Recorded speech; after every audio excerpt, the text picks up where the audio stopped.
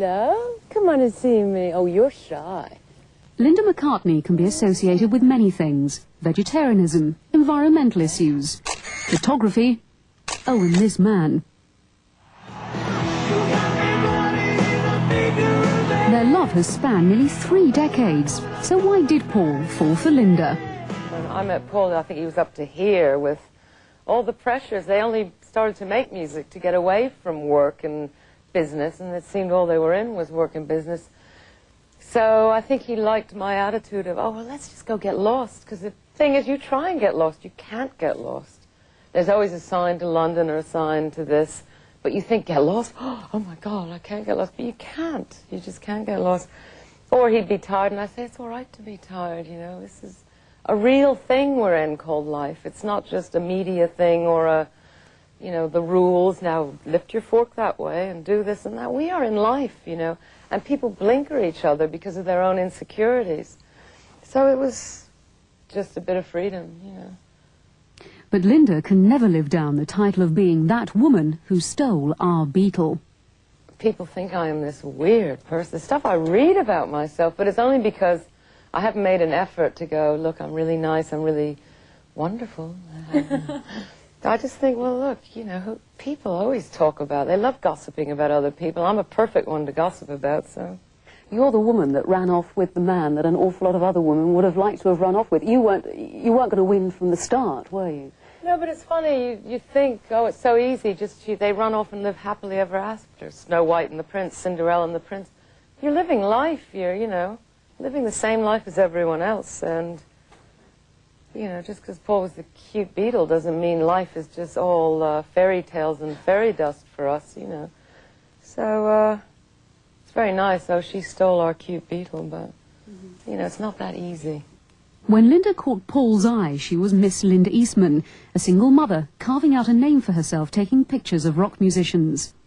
She's recently published a collection of her early work entitled 60s, A Portrait of an Era. Success came easy. See, a lot of musicians were interested in photography. You'll notice the pictures of me in the book were all taken by, let's say, Eric Clapton or Jim Morrison, because they're sort of art forms, the way I did it. Now, if I'd come in, I worked for the Daily Mirror, and I have flash and stand over there and pose. But being a down-to-earth, straight-talking sort of lady, Linda soon became fed up with certain aspects of the job. Paul came along at the right time. Around the time I met Paul, I was pretty fed up with photographing the music business, quite honestly. I was trying to think, how could I make a living in photography without, because you do see all the backstabbing and everything. And then, of course, in our romance, I never thought, well, I'm actually carrying on in the music business, you know, really. But I just didn't, I don't think anyway. I leap before I think about a lot of things. So, you know, it's still, I guess, business. I don't like business anyway. I don't like greed. You know, I like friendships and kindness. You photographed John Lennon and Paul and highlighted their closeness, which a lot of people think that there was this rivalry or they were opposites. You sort of dispel that myth in the book, don't you? Well, they weren't opposites. They were so alike, and they, you know, I mean, the sad thing is John isn't with us anymore, and who knows what would have happened in the friendship. But, you know, it's the press. It's, you read about history, and you know it's not what really went on in history. And that's why I'm glad I got them smiling, and I got to show people that, you know, they loved each other. They were friends way before I met Paul. They were friends and carried on being friends, and it's deeper than any of us will ever know. But, you know, it's much easier to dismiss it. How did the Beatles split affect you? It was a very sad time for Paul more than anything. You know, he loved it, and I couldn't believe it was all happening. You know, it was like odd. It's very cold to say, oh, she broke it up or he did it. But it was actually going on, you know, and I didn't realize what was going on because, quite honestly, I didn't hang around it that much. I didn't go to the sessions very often.